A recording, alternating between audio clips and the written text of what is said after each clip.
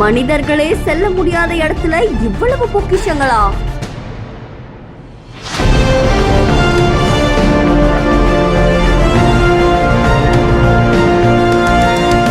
பல ஆண்டுகள் கழித்து ஹவாய் எரிமலை வெடிப்பால் கொஞ்சம் கொஞ்சமாக வெளியே வரும் தங்கங்களும் உலோகங்களும்.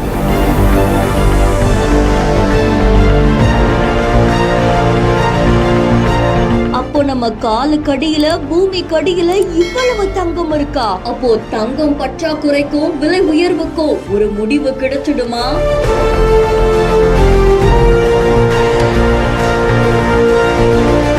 சமீபத்துல ஹவாய் எரிமலை பாறைகள் பத்தின ஒரு புதிய ஆய்வதா ஆராய்ச்சியாளர்கள் மேற்கொண்டிருக்காங்க. அப்போ பூமியோடைய மையத்துல இருந்து தங்கம், அதுக்கப்புறமா பிற விலை மதிப்பற்ற உலோகங்கள் மேற்பரப்புக்கு கசந்து வர்றதா அவங்க கண்டுபிடிச்சிருக்காங்களாமா.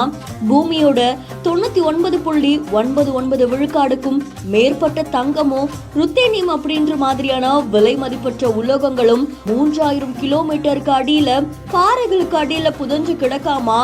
இத சயின்ஸ் அலர்ட் அப்படின்ற ஆராய்ச்சியாளர்கள் தான் தெரிவிச்சிருக்கிறதாகவும் கூறப்படுது. சமீபத்துல கோட்டிங்கன் அப்படின்ற பல்கலைக்கழகத்தை சேர்ந்த ஒரு குழு தான் ஹவாய் எரிமலை பாறைகள் பத்தி ஒரு ஆய்வு நடத்தியிருக்காங்க.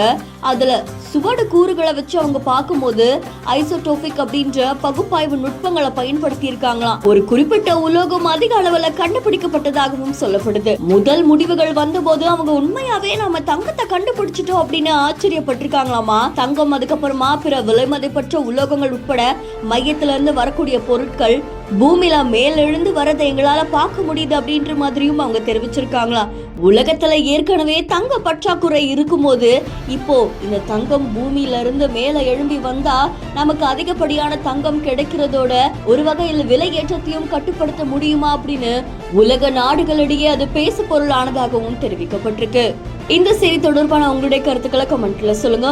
மேலும் செய்திகளுக்கு பிஹேண்ட் ஃபாலோ பண்ணிக்கோங்க.